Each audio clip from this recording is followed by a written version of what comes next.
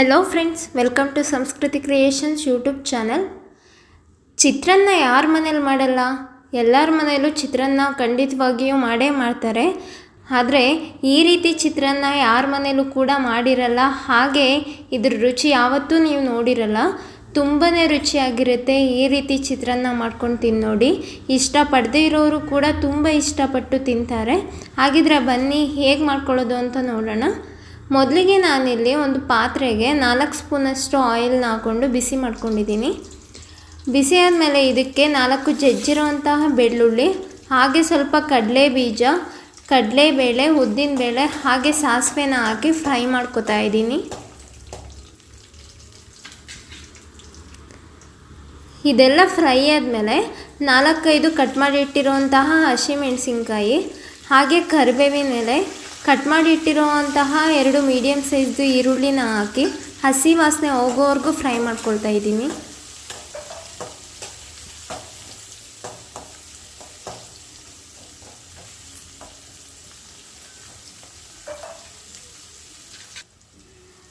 ಈರುಳ್ಳಿ ಎಲ್ಲ ಫ್ರೈ ಆಗಿದೆ.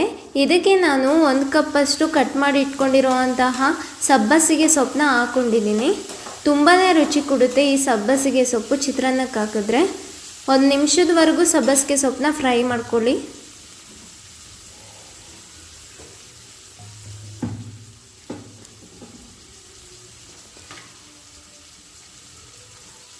ಇದಕ್ಕೆ ರುಚಿಗೆ ತಕ್ಕಷ್ಟು ಉಪ್ಪು, ಹಾಗೆ ಚಿಟಿಕೆ ಹಿಂಗನ್ನ ಹಾಕ್ತಾ ಇದ್ದೀನಿ. ಹಿಂಗು ಆಪ್ಷನಲ್ಲು ಇದ್ದರೆ ಹಾಕ್ಕೊಳ್ಬೋದು, ಇಲ್ಲದೆ ಹೋದರೆ ಪರವಾಗಿಲ್ಲ. ಇದನ್ನು ಫ್ರೈ ಮಾಡ್ಕೊಳ್ತಾ ಇದ್ದೀನಿ.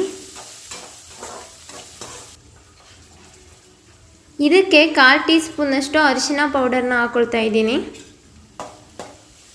ಅರಿಶಿನ ಪೌಡರ್ನ ಹಾಕಿ ಚೆನ್ನಾಗಿ ಮಿಕ್ಸ್ ಮಾಡ್ಕೊಳ್ತಾ ಇದ್ದೀನಿ ಎಲ್ಲನೂ.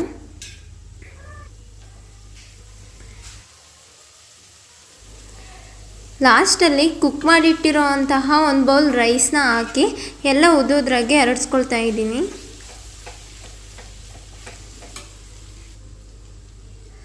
ಅರ್ಧ ಹೋಳಷ್ಟು ನಿಂಬೆಹಣ್ಣು ಹಾಕ್ತಾ ಇದ್ದೀನಿ.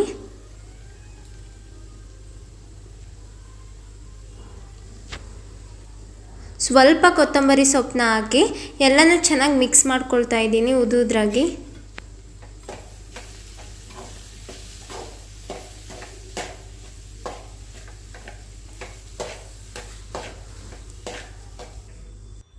ನೋಡ್ತಾ ಇದ್ದೀರಲ್ಲ ರೈಸ್ ಎಲ್ಲ ಎಷ್ಟು ಉದುದ್ರಾಗಿ ಬಂದಿದೆ ಅಂತ. ತುಂಬಾ ಚೆನ್ನಾಗಿರುತ್ತೆ ಈ ಸಬ್ಬಸಿಗೆ ಚಿತ್ರಾನ್ನ. ನಿಮ್ಮ ಮನೆಯವ್ರಿಗೆ ಮಾಡಿಕೊಡಿ ಒಂದ್ಸಲ, ತುಂಬ ಇಷ್ಟಪಟ್ಟು ತಿಂತಾರೆ. ಹಾಗೆ ಮಕ್ಕಳಿಗೂ ಕೂಡ ಇಷ್ಟ ಆಗುತ್ತೆ. ಲಂಚ್ ಬಾಕ್ಸ್ಗೆ ಹಾಗೆ ಆಫೀಸ್ ಬಾಕ್ಸ್ಗೆಲ್ಲ ತುಂಬಾ ಚೆನ್ನಾಗಿರುತ್ತೆ. ವಿಡಿಯೋ ನಿಮಗೆ ಇಷ್ಟ ಆಗಿದೆ ಅಂತ ತಿಳ್ಕೊಂಡಿದ್ದೀನಿ. ವಿಡಿಯೋ ಇಷ್ಟ ಆದರೆ ದಯವಿಟ್ಟು ಲೈಕ್ ಮಾಡಿ, ಹಾಗೆ ಹೇಗಿದೆ ಅಂತ ಕಮೆಂಟ್ ಮಾಡಿ. ನಮ್ಮ ಚಾನಲ್ನ ಸಬ್ಸ್ಕ್ರೈಬ್ ಮಾಡ್ಕೊಂಡಿಲ್ಲ ಅಂದರೆ ಈಗಲೇ ಸಬ್ಸ್ಕ್ರೈಬ್ ಮಾಡಿಕೊಡಿ.